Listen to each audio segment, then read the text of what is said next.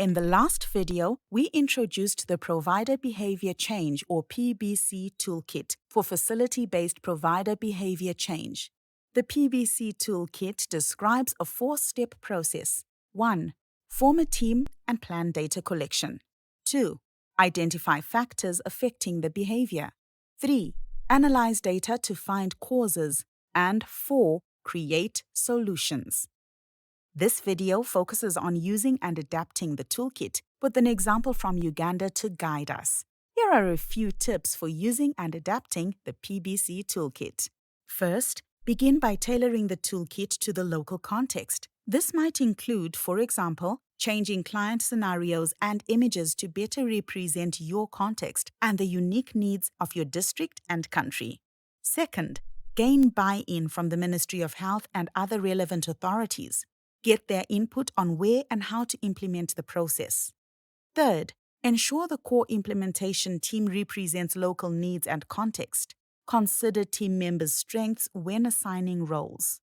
Fourth, establish a common vision and emphasize the supportive nature of the work, involving providers in the process from the beginning. Now let's explore a real-world scenario.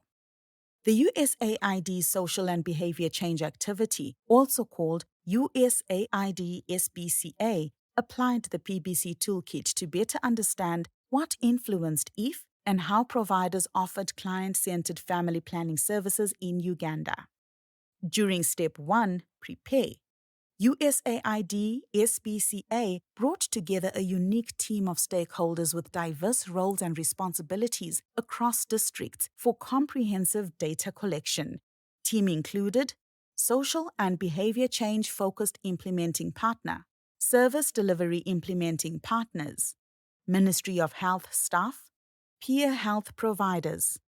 In Step 2, Inquire, the multidisciplinary team found the provider behavior blueprint and influencing factor cards helped providers consider new factors that might affect their behaviors. These resources allowed providers to express their concerns more openly, which they might not do in front of colleagues or their supervisor.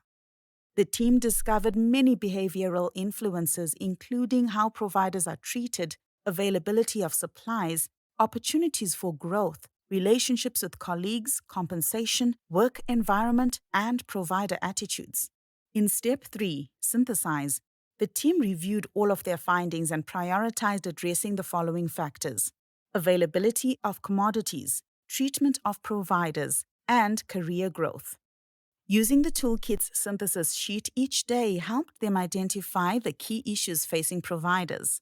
The team noted that falling back on their old assumptions about provider behavior would have been easy. What kept them from doing so was meeting at the end of each day of data collection to discuss their insights and findings.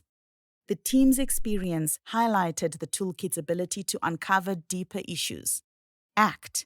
The team worked with providers and clients to come up with solutions to each prioritized challenge.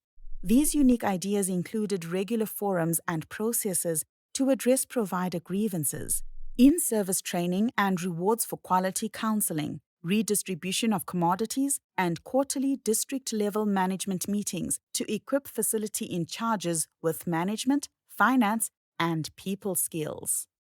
The USAID SBCA Uganda team shared their key takeaways from using the PBC toolkit in their context. 1. Address structural and behavioral barriers with a core implementation team made up of stakeholders from the health system, various organizations, and the community. 2. Foster partnerships to design and implement solutions that address the provider ecosystem holistically. 3. Recognize that each tool in the toolkit is valuable. Don't feel overwhelmed by the toolkit's length. 4. Apply the tools to other health areas. To learn more about the PBC toolkit, visit the link on the screen. The tools don't just help you understand the problem, they guide the design of effective solutions.